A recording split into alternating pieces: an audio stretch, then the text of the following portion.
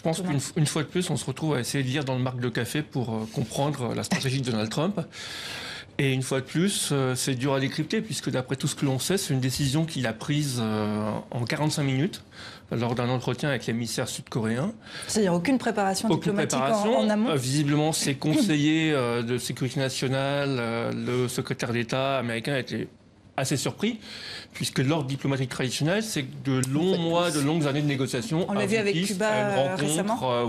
Aboutissent à une rencontre entre les chefs d'État. Là, on démarre en quelque sorte par la fin, c'est-à-dire qu'on démarre par la rencontre, dont personne ne sait aujourd'hui vraiment si elle peut avoir lieu, parce qu'elle soulève des tas de problèmes. Je pense que Donald Trump se voit toujours comme un agent immobilier qui fait des coups. Et là, il s'est dit, bah oui, pourquoi pas rencontrer Kim Jong-un.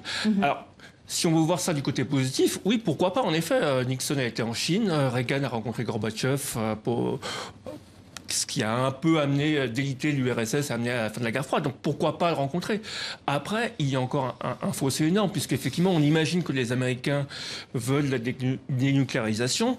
On n'imagine pas du tout la Corée du Nord accéder à ces demandes.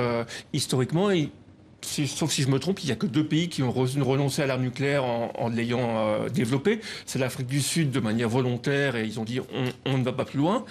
Et l'autre, c'est l'Iran avec tout un cadre de sanctions, de mesures. Et voilà, on voit bien encore comment c'est instable. Et quand on voit ce qui s'est passé depuis l'accession au pouvoir de Kim Jong-un, l'importance qu'il a mis dans les tests nucléaires, les tests de missiles de longue portée en se vantant de pouvoir atteindre des grandes villes américaines.